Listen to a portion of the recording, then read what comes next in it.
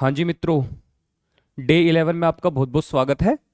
और आपको पता होगा कि डे 10 वाली वीडियो में हमने 1 घंटे के आसपास की वो वीडियो है, और उसमें हमने admission of a new partner से रिलेटेड काफ़ी सारे टॉपिक, जैसे कि न्यू रेशियो कैसे कैलकुलेट किया जाता है, उससे रिलेटेड हमारे पास कितने एक तरीके से हमने ट्रिक सीखी थी कि 3 अलग अलग तरीके के केसेस मिल सकते हैं। फिर सेक्रीफाइसिंग रेशियो कैसे कैलकुलेट करते हैं, क्योंकि न्यू पार्टनर गेन ही करता है तो हम जर्नली सेक्रीफाइसिंग रेशियो कैलकुलेट करते हैं।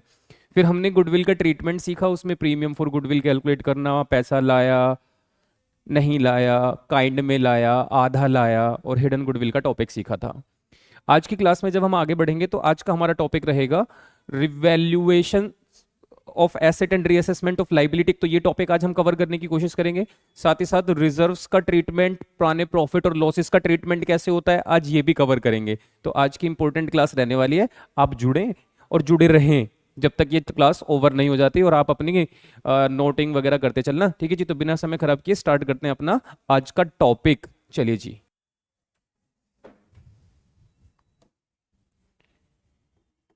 Revaluation of assets and reassessment of liability, ये हमारा टॉपिक है। जैसा कि आपको पता ही है कि हमने पहले भी अगर रिवैल्यूएशन अकाउंट बनाया था पिछले चैप्टर में, तो वहां पे हमने आपको बताया था कि at the time of reconstitution जब पार्टनर्स के रेशो बदलते हैं तो उस टाइम पर पार्टनर्स को एक रिवैल्यूएशन अकाउंट बनाना पड़ता है। इसके पीछे का रीजन होता है कि at the time of reconstitution जो डेट है उस तक हमारी एसेट्स और लाइबिलिटीज की मार्केट में क्या वैल्यू चल रही है, तो हम उसको उनकी मार्केट प्राइस पर रिकॉर्ड करते हैं, ना कि जो कॉस्ट कंसेप्ट को फॉलो करते आ रहे थे और जिस पे हम लिखते चल रहे थे उस पर रिकॉर्ड करेंगे। अब चेंज कर लेते हैं, क्योंकि ऐसा करने से या तो कुछ प्रॉफिट होगा या फिर हमें बिजनेस में क्या होगा, कुछ लॉस। और उस प्रॉफिट और लॉस को भी हमें किस रेशियो में डिस्ट्रीब्यूट करना होता है, ओल्ड रेशियो में। किस रेशियो में? तो यहाँ पे जो न्यू पार्टनर हमको ज्वाइन करने वाला है हम उसको कोई बेनिफिट नहीं देंगे, इस वजह से हम ओल्ड रेशियो में बांट के खत्म करेंगे। और लॉस होता तो उसको बेफालतू में कोई नुकसान भी नहीं होने देंगे, उसको भी हम ओल्ड रेशियो में बांट के खत्म कर देंगे। बात समझ में आ रही है आपको? तो इसके लिए हमने आपको बताया था कि एक रिवैल्यूएशन अकाउंट बनाया जाता है, जो कि आप हर बार बनाते आए, इस बार भी आपको बनाना है, जिसका बड़ा सिंपल सा फॉर्मेट होता है। एक साइड डेबिट साइड होती है और एक साइड क्रेडिट साइड होती है। फिर मैंने इसमें आपको एक और चीज समझाई थी कि जब आप इस अकाउंट को बनाते हैं तो डेबिट साइड में एक तरीके से, डेबिट साइड में हम क्या रिकॉर्ड करते हैं, लॉस, और क्रेडिट साइड में हम क्या रिकॉर्ड करते हैं, जनरली प्रॉफिट्स। मतलब हमें नुकसान होगा तो हम डेबिट साइड लिखेंगे, और फायदा होगा तो किधर लिखेंगे, क्रेडिट साइड। क्योंकि हम एसेट और लाइबिलिटी को रियलाइज कर रहे हैं, तो एसेट का बढ़ना हमारा फायदा, तो increase in asset debit side, increase in assets. गलत बोल दिया मैंने, इंक्रीज इन एसेट्स क्या होता है, हमारा फायदा, और फायदा होगा तो किधर लिखा जाएगा, credit side, profit side, by increase in asset. और अगर हमारी एसेट डिक्रीज हो रही है तो हमारा लॉस, और लॉस होगा तो किधर की तरफ लिखा जाएगा, debit side, decrease in assets. बड़ा सिंपल है, कोई प्रॉब्लम यहां तक नहीं है। इसके बाद जैसे एसेट्स हैं वैसे ही हमारे पास कुछ लाइबिलिटीज होती हैं। अब लाइबिलिटीज भी क्या होती हैं, या तो बढ़ जाती हैं at the time of reconstitution, या घट जाती हैं, इंक्रीज और डिक्रीज होती रहती हैं। तो हमें फिर से ये चेक करना है कि हमारी लाइबिलिटीज अगर बढ़ रही हैं तो हमारा लॉस है, भाई बिना वजह और पैसा उधार लिया नहीं और लाइबिलिटी बढ़ने लग जाए तो हम कहते हैं ये हमारा लॉस है। लॉस होगा तो debit side, increase in liability, liability का बढ़ना नुकसान, और लाइबिलिटी का घट जाना बिना पे किए रिड्यूस हो रही है तो हमारा फायदा, तो बाई डिक्रीज इन लाइबिलिटी। ये दोनों बात समझ में आ गई? एसेट लाइबिलिटी की बात हुई। कभी कभी आपको कुछ ऐसी एसेट और लाइबिलिटी भी होती हैं जिनको हम अनरिकॉर्डेड एसेट या फिर अनरिकॉर्डेड लाइबिलिटी बोलते हैं, जो कि अभी तक बैलेंस शीट में नजर नहीं आ रही थी। जब हमने रिकॉन्स्टिट्यूशन किया और उनका फिजिकल वेरिफिकेशन किया तो हमें पता चला, अरे ये तो एसेट हमने रिकॉर्ड ही नहीं कर रखी, या ये लाइबिलिटी का तो हमको पता ही नहीं था। तो जब भी कोई अनरिकॉर्डेड एसेट लाइबिलिटी मिले तो फिर सोचना, अगर अनरिकॉर्डेड एसेट मिलेगी तो मतलब एसेट बढ़ेंगी, बढ़ेंगी तो फायदा, फायदा होगा तो क्रेडिट साइड में अनरिकॉर्डेड एसेट। और अगर आपको अनरिकॉर्डेड लाइबिलिटी मिलेंगी तो आपका लॉस, आप इसे किधर की तरफ लिखेंगे, डेबिट साइड, अनरिकॉर्डेड लाइबिलिटी। बस ये बातें ध्यान रखना। और लास्ट में आप इन दोनों को क्या करना, मैच। अगर क्रेडिट का टोटल ज्यादा है तो क्रेडिट में से डेबिट का टोटल माइनस करके जो बचेगा आंसर, इसको आप अपना प्रॉफिट बोलोगे। और इस प्रॉफिट को आप क्या कर देंगे बच्चों, ट्रांसफर टू पार्टनर्स में, किस रेशियो में, ओल्ड रेशियो में। ये हमेशा किस रेशियो में डिस्ट्रीब्यूट होगा, ओल्ड। और अगर हमारी डेबिट साइड एक्स्ट्रा होती, ये वाली साइड ज्यादा होती, तो डेबिट में से ये माइनस करके हमारा आंसर क्या आता, लॉस। और लॉस को भी हम बांटते पार्टनर्स के बीच में किस रेशियो में, ओल्ड रेशियो में। फिर मैंने आपको बताया था कि बच्चों जरूरी थोड़ी कि क्वेश्चन में अकाउंट बनाने को आए, क्वेश्चन एंट्री भी तो बोल सकता है आपको बनाने के लिए। और अगर क्वेश्चन ने एंट्री बोल दी बनाने के लिए, तो फिर आप एंट्री किस तरीके से बनाते हैं। तो अकाउंट जैसे एंट्री से बनता है, जर्नल एंट्री से अकाउंट बनता है, लेकिन अगर आपको अकाउंट बनाना आ गया तो आप अकाउंट से एंट्री भी बना सकते हैं। कैसे बनाएंगे, पॉइंट ये है। तो देखो, अगर आपको होता है loss due to decrease in asset, asset घटने से आपको नुकसान होता है, तो आप कहां पे रिकॉर्ड कर रहे हैं इसको, रिवैल्यूएशन अकाउंट में, डेबिट साइड। तो जर्नल एंट्री में भी रिवैल्यूएशन अकाउंट डेबिट ही होगा। पर बहुत सिंपल सा कंसेप्ट है कि अगर एसेट हमारी डिक्रीज हो रही है तो मेरा लॉस है, अगर मेरा लॉस है तो लॉस रिवैल्यूएशन में किधर जाता है, डेबिट साइड। तो जर्नल एंट्री में भी रिवैल्यूएशन अकाउंट डेबिट टू जो भी एसेट है, उस एसेट का नाम जिस एसेट की वजह से ये नुकसान हुआ है मुझे। नरेशन जरूर लिख देना, डिक्रीज इन एसेट्स, एसेट्स में क्या हुआ, डिक्रीज हुआ, तो मैंने ये वाली जर्नल एंट्री पास की। इसी का उल्टा, अगर मेरी एसेट डिक्रीज ना होके इंक्रीज हो जाती, तो क्या ये मेरा फायदा होता, और प्रॉफिट होता तो मैं किधर की तरफ लिखता, रिवैल्यूएशन में क्रेडिट साइड। तो जर्नल एंट्री में भी रिवैल्यूएशन अकाउंट आप क्या कर देंगे, क्रेडिट, और डेबिट क्या कर देंगे आप, उसी एसेट का नाम जिस एसेट की वजह से आपको ये प्रॉफिट हुआ। Narration, asset increase, being increase in assets, entry pass for increase in assets, appreciation in assets, कुछ भी आप नरेशन लिख सकते हैं, लेकिन ऐसी जिससे कुछ सेंस बन रहा हो जिसका। सेम दो एंट्री दोबारा बनाएंगे आप, इंक्रीज इन लाइबिलिटी और डिक्रीज इन एसेट्स के लिए, डिक्रीज इन लाइबिलिटी के लिए। जैसे अगर लाइबिलिटी इंक्रीज हो रही है तो आपका लॉस है, और अगर आपका लॉस होता है तो आप कहां रिकॉर्ड करते हैं, रिवैल्यूएशन में, डेबिट साइड। तो जर्नल एंट्री में भी आप revaluation account debit to sundry liability, मतलब जो लाइबिलिटी है उसका नाम लिख देंगे। मेरा पॉइंट समझ में आ रहा है। बुक का कोई क्वेश्चन ट्राई करके देखें कि किस तरीके से इस ये वाले कंसेप्ट पर क्वेश्चन बनेंगे। चलिए, तो हियर वी गो, ये रहा question number 42, revaluation of assets and reassessment of liability, TS Grewal का question number 42, page number 4.103, latest edition 2023। Arun and Vijay दो पार्टनर हैं, और दोनों पार्टनर ने बताया कि उनका प्रॉफिट शेयरिंग रेशियो 3:2 है। एसेट साइड में उनकी मशीन लिखी हुई है 2 लाख रुपीस, जैसे कि आपकी बुक में लिखा होगा। If the value of machine in balance sheet is excess by 33/1/3%, कहते हैं मशीन की वैल्यू अगर ज्यादा लिखी हुई है, 33/1/3 का 1/3, मतलब कितना होता है, 1/3, ये 1/3 ज्यादा लिखी हुई है, तो आपको ये बताना है कि एक्चुअल में नई बैलेंस शीट में कितनी वैल्यू मशीन की दिखानी थी। मैं ये कहना चाहता हूं बेटा कि अगर आप किसी भी एसेट को बुक में लिखते हो तो वो उसकी 100% वैल्यू पर लिखी होनी चाहिए। आपने इसको 100% पे ना दिखा के 133.33% पे दिखा दिया, ज्यादा पर दिखा रखा है आपने। तो ये पूछना चाहते हैं कि बताओ 100% अमाउंट कितना होता है इसका, अगर हम इसे 100% पर रिकॉर्ड करते हैं। मैंने कहा बच्चे, अगर 133.333 ऐसे करके कुछ परसेंट अमाउंट अगर इसका 2 लाख रुपए है जिस पे ये रिकॉर्डेड है इस टाइम, हमने इसको ज्यादा लिख रखा है, कितने परसेंट से, 33/1/3, उसका मतलब 33.333 आता है, उसको 1/3 कर देते हैं ये। या मैं ये भी बोल सकता हूं 1/3 एक्स्ट्रा अमाउंट पे रिकॉर्ड कर रखा है। तो 100% अमाउंट कितना होगा जो एक्चुअल था इसका, तो मैंने कहा 100 मल्टीप्लाई में और 133.33 ऐसे करके डिवाइड में आ जाता है।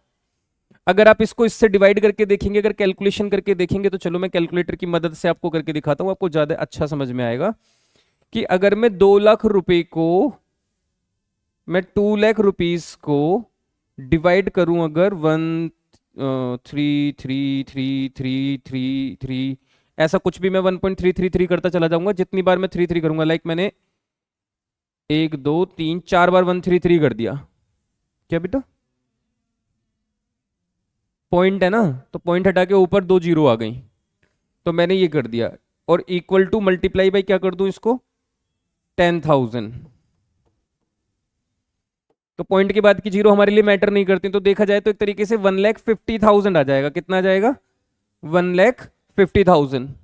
तो हम ये कह सकते हैं कि एक्चुअल में जो हमारा अमाउंट था वो कितना था, 1,50,000, लेकिन हमने इसको ओवर मतलब ज्यादा लिख रखा है, पॉइंट पॉइंट में आ रहा था ना, तो इसलिए हमने राउंड ऑफ कर लिया उसको।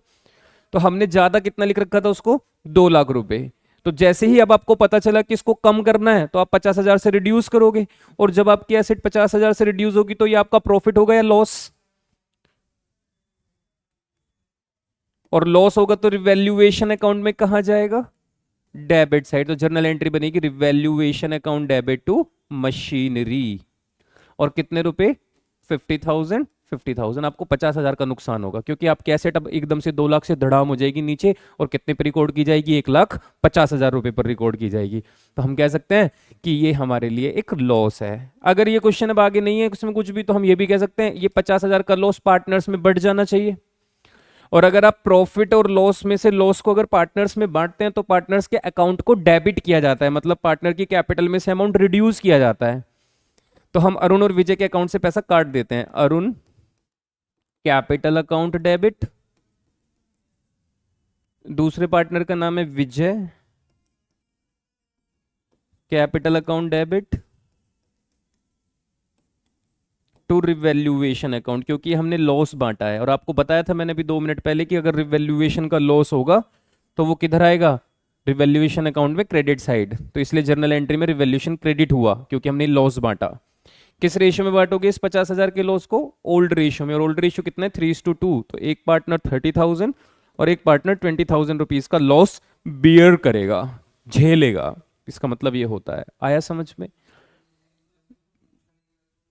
अगर जैसे कि इस क्वेश्चन के अगर देखें तो इन्होंने बताया, ये पूछा है कि बस ये बताओ मशीनरी में कितना बैलेंस जाएगा, तो हमने बता दिया 50,000 का कम होके जाएगा। अब इस क्वेश्चन में नहीं बोला कि जर्नल एंट्री बनाओ, तो बनाने की जरूरत नहीं है, लेकिन हमने आपको क्योंकि बताया कि ऐसे ऐसे किया जाता है इसको, तो हमने कहा अगर यही टॉपिक या यही कंसेप्ट हम इस वाले क्वेश्चन में लगाएं तो एक एंट्री तो बनेगी लॉस होने की, और दूसरी एंट्री बनेगी इस लॉस, नेट लॉस भी यही है जो एक लॉस 50,000। फिर अगली एंट्री भी बनेगी 50,000 के लॉस को डिस्ट्रीब्यूट करने की। तो ये बात आपको समझनी है। आगे बढ़ते हैं, क्वेश्चन नंबर 43। 43 क्वेश्चन में आपके पास कुछ पॉइंट्स लिखे हुए हैं, तो एक काम करते हैं मैं इस वाले पॉइंट को भी करा देता हूं, इससे आपको थोड़ा और आइडिया लग जाएगा। फिर मैं सीधा आपको एक अकाउंट कर वाला क्वेश्चन करा के दिखाऊंगा। क्वेश्चन नंबर 43, उससे पहले मैं इसको रेस कर देता हूं। क्वेश्चन नंबर 43 पे आने से पहले क्वेश्चन नंबर 43 क्वेश्चन एक बार रीड कर लेते हैं। Pass entries in the firm journal. आपको देखो क्वेश्चन ने साफ साफ बोला है कि आपको जर्नल एंट्री पास करके दिखानी है, ठीक है जी, यहां तक तो कोई दिक्कत नहीं होगी। कहते हैं मशीनरी रिड्यूस हो गई 16,000 से, बिल्डिंग एप्रिशिएट बढ़ गई 40,000 से। तो चलो जी पहली पहली एंट्री 43 का फर्स्ट एंट्री बनाते हैं। 43 की एंट्री नंबर 1, मशीनरी रिड्यूस हुई तो फायदा हुआ नुकसान हुआ, तो रिड्यूस होने का मतलब लॉस, लॉस होगा तो रिवैल्यूएशन अकाउंट क्या हो जाएगा, डेबिट। किस वजह से, मशीनरी की वजह से, तो मशीनरी हो जाएगा क्रेडिट। यही सिखाया था, लॉस होता है तो रिवैल्यूएशन में डेबिट। नरेशन आप यही एज इट इज लिख देना, मशीनरी रिड्यूस्ड ऐसे लिख देना, या बीइंग मशीनरी रिड्यूस्ड।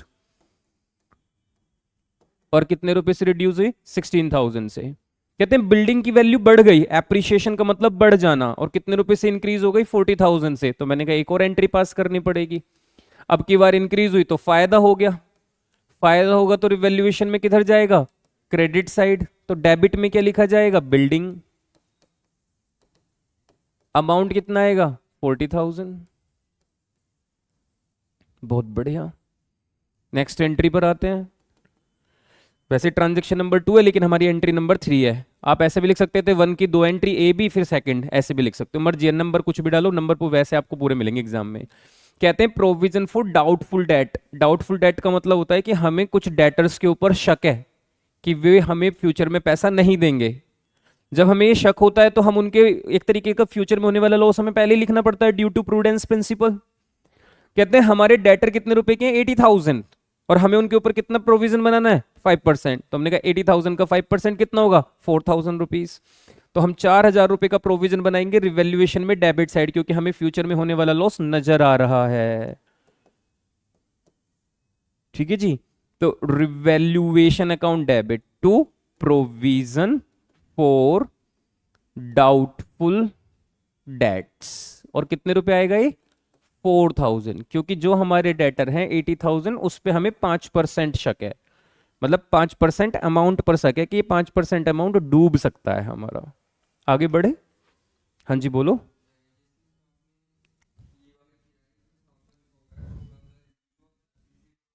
हाँ जी।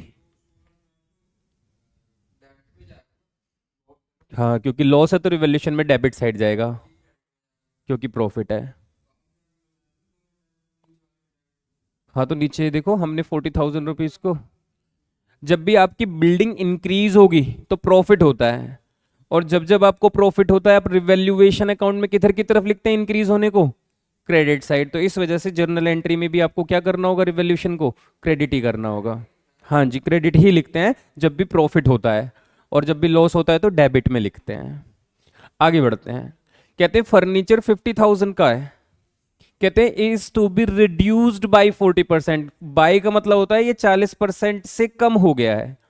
50,000 की चीज 40% से कम हो जाती है तो 50,000 का 40% होता है 20,000 रुपए। 50,000 का 40% 20,000। हमें लॉस हो गया क्योंकि रिड्यूस हुआ है, तो revaluation account debit to furniture, क्योंकि फर्नीचर की वजह से लॉस हुआ। और कितने रुपए का लॉस हुआ? 20,000। इसके बाद नेक्स्ट पॉइंट पर आते हैं। कहते हैं फर्नीचर 50,000 इज रिड्यूस्ड टू 40%। अब यहां पे एक अंतर है, पिछले वाले में बाई 40 लिखा था और इस वाले में 240 लिखा हुआ है। बाई का मतलब तो होता है कि सीधा 40% से कम हो गया, लेकिन जैसे ही रिड्यूस टू 40% होता है मतलब कोई चीज 100 रुपए की थी वो रिड्यूस टू 40 का मतलब वो कम होके 40 की रह गई, मतलब बीच में 60 रुपए का नुकसान हो गया। तो इसका मतलब इस बार ये 60% से रिड्यूस हुआ। बाई लिखा हो तो डायरेक्ट परसेंट अप्लाई करना, और अगर टू लिखा हो तो जितने का, जैसे रिड्यूस टू 40, तो जो 40 है ये इतनी की रह गई है तो इसके ऊपर ऊपर का खत्म हो गया। तो कोई चीज भी 100 की है या 100% है, अगर वो 40% टू 40% तक रिड्यूस हो गई मतलब वो 40% की रह गई, बीच में जो 60% का गैप है वो कम हो गया, उसमें से खत्म हो गया, रिड्यूस हो गया, डेप्रिशिएट हो गया है। तो इसका मतलब हमें लॉस फिर से हुआ। हम रिवैल्यूएशन अकाउंट को फिर डेबिट करेंगे और फर्नीचर को फिर क्रेडिट करेंगे, लेकिन जो इस बार अमाउंट होगा वो 30,000 होगा, क्योंकि 50,000 का 60% रिडक्शन हुआ है। कितने परसेंट रिडक्शन हुआ है? 60%। आया मेरा पॉइंट समझ में? कोई प्रॉब्लम यहां तक नहीं है? बहुत बढ़िया। वैल्यूएशन ही क्यों लिखते हैं? क्योंकि at the time of reconstitution हमने ये बताया कि कोई भी प्रॉफिट या लॉस होता है, रिवैल्यूएशन ऑफ एसेट, वो एसेट्स और लाइबिलिटीज की मार्केट वैल्यू और बुक वैल्यू में इंक्रीज डिक्रीज होता है, तो वो जो भी प्रॉफिट या लॉस हम कंसिडर करते हैं उस टाइम पे उसको हमें एक अकाउंट बनाकर ही रिकॉर्ड करना होता है जिसका नाम रिवैल्यूएशन अकाउंट होता है। तो रिवैल्यूएशन अकाउंट आता है तब जब बिजनेस में रिकॉन्स्टिट्यूशन की प्रक्रिया चल रही होती है। ठीक है जी, तो इस वजह से हम रिवैल्यूएशन अकाउंट यूज करते हैं। अब अगर यहाँ पे पार्टनर्स के नाम भी लिखे होते और उनका कोई रेशियो भी लिखा होता, मे बी नहीं लिखा होता तो इक्वल मानते, लेकिन पार्टनर्स के नाम अगर गिवन होते तो मैं ये चेक करता कि मैं नेट प्रॉफिट में रहा या लॉस में रहा। जैसे मुझे लॉस हुआ, यहाँ पे मुझे प्रॉफिट हुआ, फिर मुझे लॉस हुआ, फिर लॉस हुआ, फिर लॉस हुआ, तो मैं लॉस लॉस लॉस को सबको जोड़ लेता, उसमें से एक बार मुझे प्रॉफिट हुआ तो उसको माइनस कर देता। जैसे कि अगर मैं इसी क्वेश्चन का, बुक में नहीं है ये बोला लेकिन मैं आपको करके दिखाऊं, अगर अगर मैं आपको करके दिखाऊं कि मेरे पास एक बार लॉस था 16, 30, 20, 50 और 20, टोटल मुझे 70,000 रुपीज का लॉस हुआ क्योंकि रिवैल्यूएशन 70,000 रुपए से डेबिट हुआ, और क्रेडिट सिर्फ कितने रुपए से हुआ? 40,000 रुपीज से। यहां पे एक बार क्रेडिट हुआ है, ये रहा। तो क्या मैं ये कह सकता हूं कि नेट में 30,000 रुपीज के लॉस में गया क्योंकि लॉस मुझे ज्यादा हुआ? तो इस लॉस को मैं पार्टनर्स में बांट देता। लाइक मेरे पास अगर ए और बी दो पार्टनर होते और उनका रेशियो 2:1 होता तो मैं इस 30,000 रुपए को इन दोनों के बीच में ही बांटता, नए वाले पार्टनर का कोई लेना देना नहीं होता। पॉइंट समझ में आ रहा है? और आपको पता है लॉस को बांटना होता है तो पार्टनर्स को डेबिट करते हैं, और अगर प्रॉफिट को बांटना होता है तो पार्टनर्स को क्रेडिट किया जाता है। वेरी गुड, आगे बढ़े। तो ये रिवैल्यूएशन के क्वेश्चन आप घर पे ट्राई करना होमवर्क में, कोई डाउट होगा तो हमसे क्लास में डिस्कस कर लेना। आगे बढ़ते हैं। इसके बाद जो हमारा टॉपिक आता है, कुछ रिवैल्यूएशन के ही क्वेश्चंस हैं, जैसे कि क्वेश्चन नंबर 52 में भी कुछ एडजस्टमेंट, अच्छा फिर हमारे पास कुछ क्वेश्चंस ऐसे आ गए हैं जो कि रिजर्व वगैरह से रिलेटेड हैं। जैसे कि आपको फिर से मैं बताऊं, पिछले चैप्टर में हमने रिकॉन्स्टिट्यूशन ही तो पढ़ा था, बस नाम अलग था, चेंज इन पीएसआर था चैप्टर का नाम, लेकिन था तो रिकॉन्स्टिट्यूशन ही। और आज जब आप एडमिशन पढ़ रहे हो तो ये भी पार्ट ऑफ रिकॉन्स्टिट्यूशन ही है। तो यहां पे भी रिजर्व प्रॉफिट लॉस का वही ट्रीटमेंट है जो प्रीवियस चैप्टर में होता था। क्या होता था प्रीवियस चैप्टर में इनका ट्रीटमेंट? अब जरा ये सुनो। कहते प्रीवियस ईयर में हमने सीखा कि अगर आपके पास कोई रिजर्व है, reserve like general reserve, workman compensation reserve, investment fluctuation reserve, या एनी टाइप या एनी काइंड ऑफ रिजर्व, इस रिजर्व को हमने क्या कंसेप्ट सिखाया था आपको कि इनको ओल्ड रेशियो में डिस्ट्रीब्यूट कर दिया जाता है, मतलब इनको रिटर्न ऑफ कर दिया जाता है। यही तो बताया था बच्चे पिछले वीडियोस अगर आपने देखी हो, क्लासेस में अगर आपने ध्यान दिया हो, तो जितने भी पुराने रिजर्व होते हैं उनको ओल्ड रेशियो में बांट के खत्म कर दिया जाता है, क्योंकि इन सभी का नेचर क्या होता है? क्रेडिट का। तो इनको जब बांटा जाता है तो किस रेशियो में बांटा जाता है? ओल्ड रेशियो में। तो इस टाइम पे जितने के भी नेचर क्रेडिट के हैं, और अगर इनको आप खत्म कर रहे हो तो ये सारे क्या होना स्टार्ट हो जाते हैं? डेबिट, जर्नल रिजर्व डेबिट, अगर WCR होता तो वो डेबिट हो जाता, अगर IFR इन्वेस्टमेंट फ्लक्चुएशन होता तो वो डेबिट हो जाता। क्योंकि ये प्रॉफिट का पार्ट है तो पार्टनर्स के अकाउंट क्रेडिट हो जाते हैं, तो टू पार्टनर कैपिटल अकाउंट। और किस रेशियो में? ओल्ड रेशियो में। इसकी जगह अगर प्रॉफिट, जैसे रिजर्व की जगह रिजर्व ना लिख के क्या लिखा हुआ होता? प्रॉफिट। तो प्रॉफिट ही है। और अगर आप इस प्रॉफिट को खत्म करोगे पार्टनर्स के बीच में तो ये भी पार्टनर्स के अकाउंट में क्रेडिट साइड जाएगा, डेबिट में बस प्रॉफिट लिख दिया जाएगा। और अगर लॉस होता तो लॉस पार्टनर्स के अकाउंट से पैसा लिया जाता है, तो उस टाइम पर रिवर्स एंट्री हो जाती है, all partners capital, old partners capital account debit to profit and loss, या एडवर्टीजमेंट सस्पेंस, या फिर गुडविल भी याद हो आपको, goodwill exist in the book, तो ये वाली एंट्री पास होती थी। सारे पार्टनर्स को हम डेबिट करते थे, और प्रॉफिट लॉस में से लॉस, एडवर्टीजमेंट सस्पेंस, मैंने बताया लॉस भी P&L के नाम से ही लिखा जाता है और प्रॉफिट भी P&L के नाम से लिखा जाता है, बस उनके नेचर से हम आइडेंटिफाई करते हैं कि ये प्रॉफिट है या फिर लॉस। अगर प्रॉफिट एंड लॉस अकाउंट के आगे क्रेडिट लिखा है तो वो प्रॉफिट है, और अगर प्रॉफिट एंड लॉस के आगे डेबिट लिखा है तो वो लॉस है। लॉस है तो राइट ऑफ करते वक्त डेबिट को खत्म करने के लिए क्रेडिट किया जाता है, तो लॉस क्रेडिट हो जाता है, तो पार्टनर डेबिट में लिख दिए जाते हैं। और प्रॉफिट होता तो नेचर क्रेडिट का होता, उसको खत्म करना है तो क्रेडिट को खत्म करने के लिए डेबिट किया जाता है, तो पार्टनर्स क्रेडिट होते। ये आपको याद रखना पड़ेगा 12वीं क्लास के बच्चे हो, और 12th क्लास में इतनी बातें तो उम्मीद की जाती है कि आप याद रखेंगे। ठीक है जी, बढ़े आगे, यहां तक कोई डाउट? चलो तो एक क्वेश्चन देखते हैं 52। उससे पहले जो हमने क्वेश्चन किया था वो कौन सा था? Question number 42। अब इसके आगे के फिर 43 किया था, इसके आगे के 4-5 क्वेश्चन आप खुद ट्राई करेंगे। फिर हम अभी क्वेश्चन नंबर देखते हैं 52 क्या लिखा हुआ है, जरा इसको पकड़ते हैं अभी। हाँ जी, क्वेश्चन नंबर 52, एक्स और वाई दो पार्टनर है। अगर आपकी बुक में भी आप चेक करेंगे, सबके पास TS ग्रेवाल होती है, चेक कर लो। एक्स और वाई दो पार्टनर है, दोनों का रेशियो 3:2 है। 1 अप्रैल 2023 को उन्होंने नया पार्टनर ज्वाइन करा लिया। इस दिन इनके पास 1,50,000 रुपए का तो जर्नल रिजर्व है। बच्चों अगर जर्नल रिजर्व है तो इसका नेचर कैसा है? क्रेडिट का, क्योंकि ये पार्ट ऑफ प्रॉफिट होता है। और डेबिट बैलेंस इन P&L अकाउंट, और मैंने बताया P&L का अगर डेबिट बैलेंस है तो मतलब ये लॉस है। कहते हैं जर्नल एंट्री बनाओ, adjustment of reserve and accumulated of profit. इनके लिए आपको जर्नल बनानी है। मैंने कहा देखते ही आप इनको क्या कर लीजिए, right of between partners in old ratio. अब आप बताओ, अगर जर्नल रिजर्व का नेचर क्रेडिट और मैं इसको बांटू तो क्या जनरल रिजर्व को डेबिट कर देना चाहिए? तो जनरल रिजर्व तो डेबिट टू किस किस के बीच में? XYZ तीनों, या एक्स और वाई के बीच में? सिर्फ ओल्ड पार्टनर्स के बीच में, तो एक्स कैपिटल अकाउंट और वाई कैपिटल अकाउंट। इस तरीके से आप एंट्रीज पास करेंगे। कितने रुपए मुझे डिस्ट्रीब्यूट करने? 1,50,000। क्या रेशियो है? ओल्ड रेशियो 3:2, तो ये हो जाएगा 90,000 और 60,000 अगर इसको आप ओल्ड रेशियो में बांटेंगे। ऐसे ही आपके पास क्या लिखा हुआ है बेटा? लॉस। लॉस का नेचर डेबिट का होता है, इसको खत्म करने के लिए आप क्या कर देंगे? Credit. Profit and loss account तो हो गया क्रेडिट, क्योंकि लॉस को आप राइट ऑफ कर रहे हो। तो डेबिट क्या कर दोगे, एक्स और वाई, तो एक्स और वाई कैपिटल अकाउंट डेबिट कर देना। बस इतना कंसेप्ट अगर आप सीख गए तो समझ लो आपको एक्यूमुलेटेड प्रॉफिट, लॉस, रिजर्व, इन सब का ट्रीटमेंट आ गया।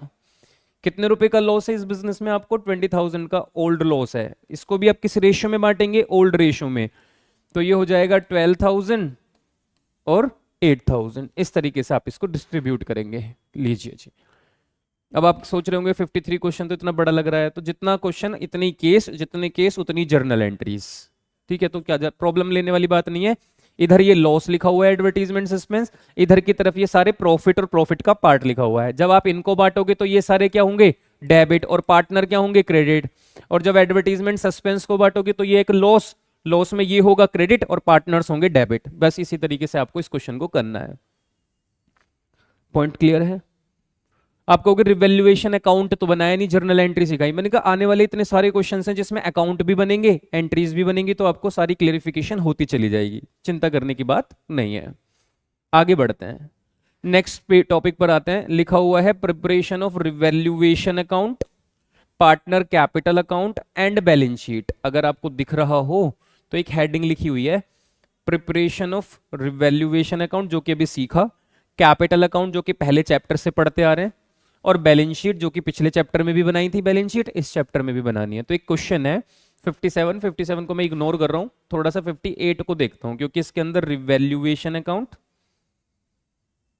पार्टनर कैपिटल अकाउंट और बैलेंस शीट, ये तीनों नाम लिखे हुए हैं। तो मैंने इन तीनों का ही नाम लिखा, मतलब इन तीनों को मुझे बनाना है। तो पहले मैं क्वेश्चन को पढ़ता हूं, अब जरा ध्यान से देखना किस तरीके से आप एग्जाम के अंदर 6 मार्क्स के क्वेश्चन को अटेम्प्ट करेंगे विद इन टाइम, कि टाइम भी ज्यादा ना लगे और आपकी जो एक्यूरेसी है क्वेश्चन की वो भी बहुत अच्छी रहे। 100% आप एक्यूरेट क्वेश्चन को करके हैं, तो उसको पढ़ने का तरीका और करने का तरीका है। बहुत ध्यान से सुनना, मैं जिस तरीके से मैं रीड करूंगा। Following is the balance sheet of A and B, 2:1 इनका रेशियो है, कैपिटल और क्रेडिटर लिखा हुआ है। एसेट साइड में बिल्डिंग, मशीनरी, स्टॉक, डेटर और कैश इन हैंड लिखा हुआ है।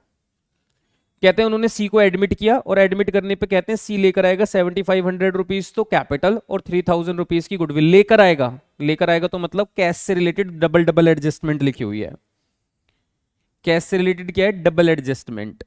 एक तो वो कैपिटल ला रहा है और एक वो गुडविल ला रहा है, तो मतलब ये पैसा कहीं ना कहीं हमारे कैश को बढ़ाएगा बिजनेस के। तो मैंने यहां पे पॉइंट आउट कर दिया इस ट्रांजेक्शन को पढ़ के, आप भी किया करेंगे।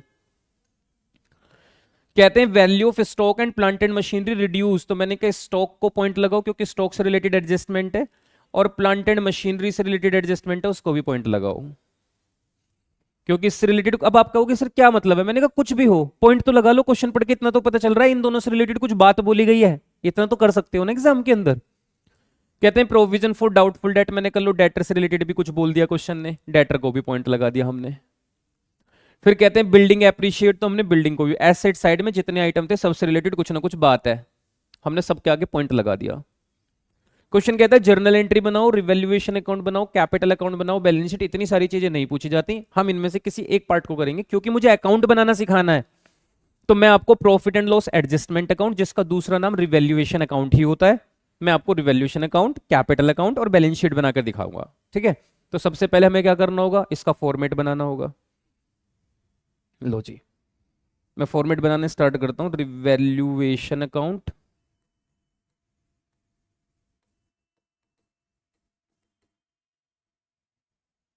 ये वाली साइड क्रेडिट और ये वाली साइड डेबिट। जब मैं इसका पार्टीशन करता हूं तो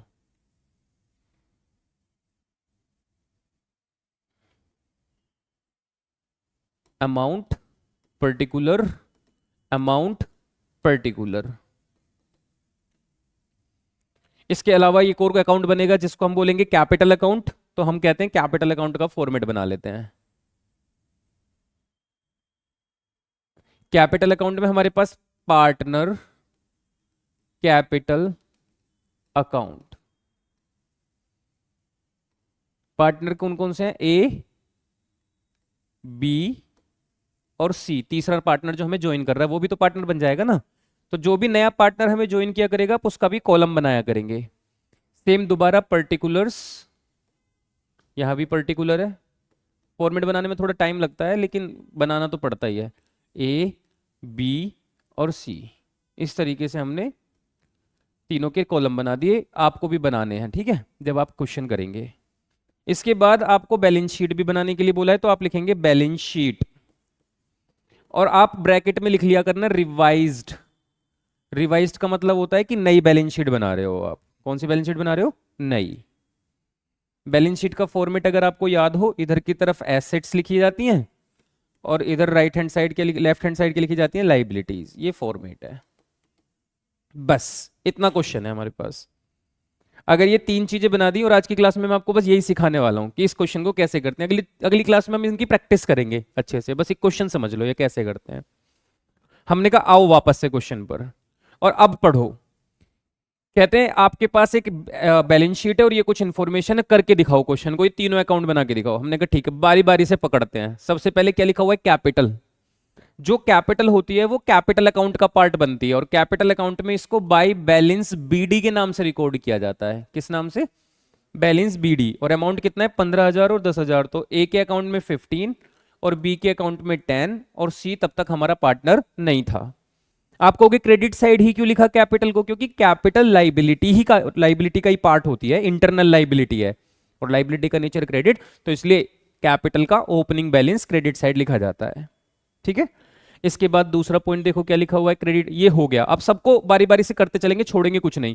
क्रेडिटर 32,950, मैंने कहा क्रेडिटर लाइबिलिटी है, तो लाइबिलिटी साइड आओ और लिख दो क्रेडिटर्स 32,950। यही है 32,950, क्रेडिटर भी लिख दिया। चलिए, लाइबिलिटी साइड के सारे आइटम यूज हो गए, अब कुछ नहीं बच रहा ना इधर। एसेट साइड आओ। एसेट में सबसे पहले क्या लिखा हुआ है? बिल्डिंग। तो हम लिखेंगे बिल्डिंग। बिल्डिंग की वैल्यू कितनी है?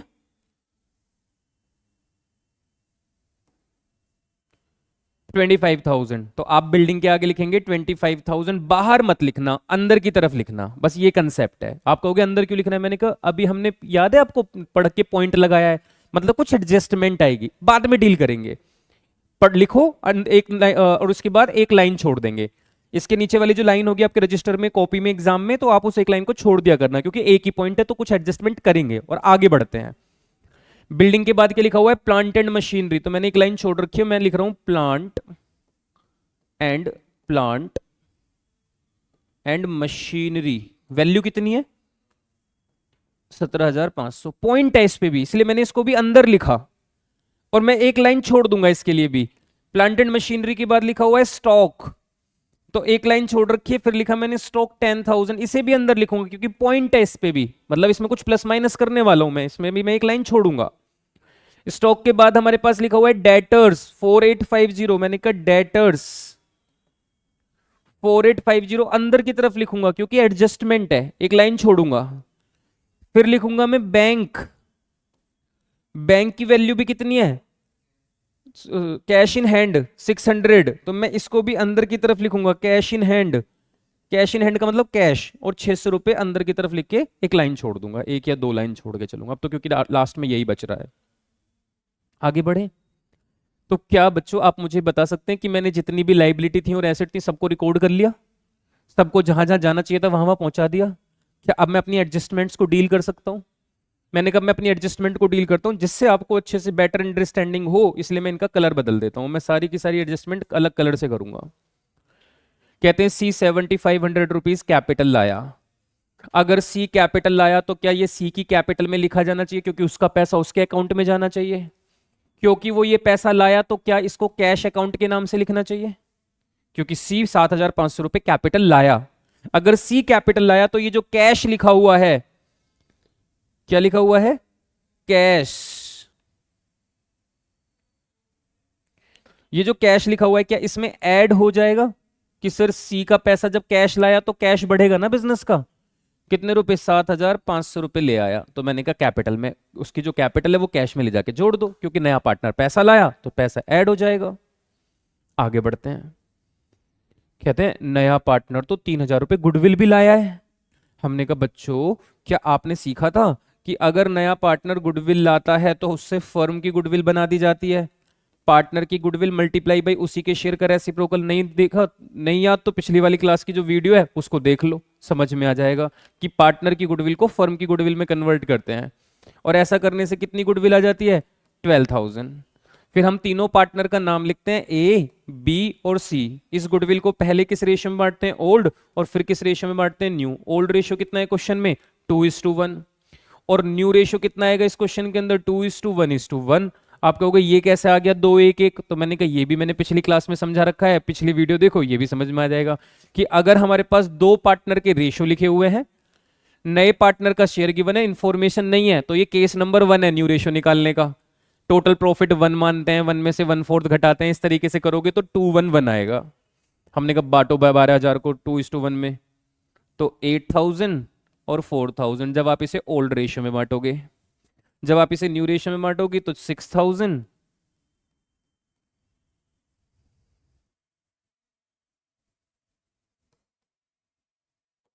3,000 और 3,000, ये बट गया न्यू रेशियो में। ओल्ड माइनस न्यू करते हैं, 8 में से 6 घटाओगे 2,000 रुपए सैक्रिफाइस, 1,000 रुपए सैक्रिफाइस और 3,000 रुपए गेन। जो पार्टनर गेन करता है वो न्यू पार्टनर होता है। हम उससे पूछते हैं क्या तू गुडविल ला रहा है, तो कहता है सी ब्रिंग कैपिटल एंड गुडविल, वो ला रहा है। और हमने सिखाया था अगर नया पार्टनर गुडविल लाए तो उसके पैसे को, जो गुडविल लाता है उसको किस नाम से लिखा जाता है, प्रीमियम फॉर गुडविल, और 3,000 रुपए वो गुडविल भी ले आया। और ये जो 3,000 रुपए गुडविल लाता है, इसको कौन कौन बांट रहे हैं आपस में, ए और बी, किस रेशो में, 2,000 और 1,000। तो हमने कहा चलो जी ए और बी के अकाउंट में डाल देते हैं इस पैसे को, 2,000 और 1,000। आप में से कुछ लोग पूछ सकते हैं कि सर इसे क्रेडिट साइड क्यों डाला 2,000 1,000, तो मैंने कहा ए और बी सैक्रिफाइसिंग पार्टनर हैं, और सैक्रिफाइसिंग पार्टनर क्या होते हैं, क्रेडिट, और गेनिंग पार्टनर क्या होता है, डेबिट। क्योंकि ये पैसा ले आया तो हम इसे डेबिट नहीं कर रहे, और मैंने पिछली क्लास में बहुत अच्छे समझाया है कि गुडविल का ट्रीटमेंट कैसे किया जाता है। ये 2,000 1,000 इनको कहां से मिले, प्रीमियम फॉर गुडविल की वजह से मिले। बहुत बढ़िया, आगे बढ़े। कहते हैं स्टॉक और प्लांट एंड मशीनरी 5-5% से रिड्यूस हो गए। हमने कहा देखो जी स्टॉक पे डेप्रिसिएशन लगा 5%, 10,000 का 5% कितने रुपए होता है, 500 रुपए। ये कितने का रह गया होगा, 95। और प्लांट एंड मशीनरी पे भी डेप्रिसिएशन लगा 5%, 17,500 का 5% कितना हो जाएगा, 875। कितना हो जाएगा, 875। बताओ जी, माइनस करके बताओ कितना रह जाएगा, 16,625। अगर मेरी दोनों एसेट रिड्यूस हो गई तो क्या ये दोनों ही मेरे लॉस हैं। अगर मेरा लॉस होगा तो क्या रिवैल्यूएशन अकाउंट में डेबिट साइड लिखूं, तो मैं डेबिट साइड में जाऊंगा, टू प्लांट एंड मशीनरी 875 और टू स्टॉक 500। ये दोनों चीजों पे मुझे नुकसान हो गया। आगे बढ़े। कहते हैं प्रोविजन फॉर डाउटफुल डेट बनाओ, डेटर पे 375, 375 का शक है। मैंने कहा डेटर में से लेस कर दो प्रोविजन के नाम से 375 रुपीज, 5 7 4 4। ठीक है जी। क्या ये भी मेरा लॉस है, मेरी एसेट कम हो रही है, लॉस है तो क्या मुझे इसे भी डेबिट साइड लिख देना चाहिए, to provision for doubtful debts. आप फुल फॉर्म लिखना है, मैं जस्ट आपको जगह कम है इसलिए लिख रहा हूं, आपको पूरे लिखना है, 375 रुपीज। आगे बढ़े। कहते हैं बिल्डिंग 10% से एप्रिशिएट का मतलब बढ़ना। अगर मैं इसको बढ़ाऊं, एप्रिशिएशन करूं, तो 25,000 का 10% 2500, तो क्या ये 27,500 रुपए की हो गई होगी। ये मेरा फायदा है, मेरा फायदा होगा तो रिवैल्यूएशन में किधर लिखा जाएगा, credit side by building account 2500। कितना पॉइंट क्लियर है। क्या अब इस क्वेश्चन के सारे पॉइंट मैं कर चुका हूं, और मैं तीनों अकाउंटों को जैसे जैसे मुझे मिलते गए भरता गया। अब मैं इनको क्लोज करना स्टार्ट करता हूं। क्लोजिंग को मैं आपको और अलग पेन से दिखाता हूं जिससे आपको और अंडरस्टैंडिंग बने। आप बताओ बच्चे किधर का ज्यादा है, क्रेडिट का ज्यादा है या डेबिट का ज्यादा है। आप कहोगे सर क्रेडिट का 2500 रुपए ज्यादा है, क्योंकि अगर डेबिट का मैं टोटल करूं तो 8 3 11 और 5 16 1750 रुपए ही आ रहा है। तो 25 में से 1750 हटाओगे तो 750 रुपए बैलेंस आएगा, इसको मैं अपना प्रॉफिट बोलूंगा। और बताओ रिवैल्यूएशन का प्रॉफिट जो मैं ट्रांसफर करता हूं, क्या सब में बांटता हूं या सिर्फ ओल्ड पार्टनर्स में बांटता हूं, ओल्ड। किस रेशियो में बांटता हूं, ओल्ड। और 2:1 रेशियो में 750 को डिवाइड करोगे तो 500 और 250 ये अमाउंट आएगा। क्या ये प्रॉफिट है, तो प्रॉफिट में पार्टनर का नाम है, तो क्या ये पार्टनर्स को मिलना चाहिए। तो मैं इनको पार्टनर्स के अकाउंट में लेके जाऊंगा, और क्योंकि प्रॉफिट है तो क्रेडिट साइड लिखूंगा बाय रिवैल्यूएशन प्रॉफिट। एक को मिला 500 रुपए का प्रॉफिट और एक को मिला 250 रुपए का प्रॉफिट। अब मैं कैपिटल अकाउंट को भी क्लोज कर देता हूं डबल लाइन लगाकर। 15, 16, 17, 17,500, तो इधर भी 17,500 और इधर कुछ बैलेंस नहीं है तो इधर भी कितना लिखा जाएगा 17,500 और रीजन लिखा जाएगा टू बैलेंस सीडी। मैं क्लोज कर रहा हूं अपनी कैपिटल अकाउंट को। बीडी से स्टार्टिंग होती है, सीडी पे एंड होता है। पिछली वीडियो अगर आपने देखी हुई है तो आपको बहुत अच्छा से समझ में आएगा कि जो क्यों क्या पॉइंट मैंने करे हैं, इतनी अंडरस्टैंडिंग बन जाएगी कि आपके लिए एडमिशन चैप्टर फिर कुछ भी नहीं है। ये आ जाएगा बच्चे 11,250, 11,250, इधर भी आएगा 11,250 और यहाँ पे 7,500, इधर भी आएगा 7,500 और इधर भी आएगा 7,500। क्या ये कैपिटल का क्लोजिंग बैलेंस मतलब नया बैलेंस है? और जो नई कैपिटल होती है उसको रिवाइज्ड बैलेंस शीट में भेजा जाता है कैपिटल अकाउंट के नाम से, capital account of A, B और सी। 17,500, 11,250 और 7,500। अब मैं अपनी बैलेंस शीट का टोटल करूंगा। बच्चों अगर एग्जाम में भी आप ऐसा करते हैं और आपकी दोनों तरफ का टोटल बराबर आ जाता है तो समझ लो आपने पूरा क्वेश्चन ठीक कर दिया। इन तीनों का टोटल बाहर लिखना भूल गए थे तो मैंने इसको बाहर लिख दिया है। अब सरो सबका टोटल करो तो इनका टोटल आ जाएगा, ये हो जाएगा 25,000, 30। कैलकुलेटर ले लें? कैलकुलेटर से ज़्यादा बेटर हो पाएगा। वैसे तो मैं आंसर देख के भी लिख सकता हूँ, बुक में गिवन है, लेकिन फिर भी ऐसा अच्छा नहीं लगता। कैलकुलेट ही कर लेते हैं, है ना? चलो जी कैलकुलेट करते हैं। 32,950 प्लस 17,500 प्लस 11,250 प्लस 7,500, ये आ रहा है 69,200। अब इधर का टोटल करते हैं। अगर ये भी यही आ गया तो इसका मतलब क्वेश्चन ठीक कर दिया है। 27,500, 16,625, 9,500, 4,475, 11,100। कोई अमाउंट बहुत ज्यादा, अच्छा यही गलत लिख दिया। अरे यार पूरा ही काटना पड़ेगा। 16,625 प्लस 9,500 प्लस 4,475 प्लस 11,100, 69,200। देखो 69,200, 69,200 दोनों तरफ का अगर मैच हो गया तो इसका मतलब क्वेश्चन ठीक कर दिया। इसका आप स्क्रीनशॉट ले लेना जब आप इस वीडियो को देख रहे हो, और आप इसका भी स्क्रीनशॉट ले लेना। क्वेश्चन नंबर 58 का क्वेश्चन है। मुझे उम्मीद है कि आपको समझ में आया होगा। तो मिलेंगे हम नेक्स्ट वीडियो में। आप क्वेश्चंस की प्रैक्टिस करते रहना, ठीक है जी। बाकी नेक्स्ट वीडियो में हम इससे आगे का टॉपिक पढ़ेंगे। जय हिंद, जय भारत।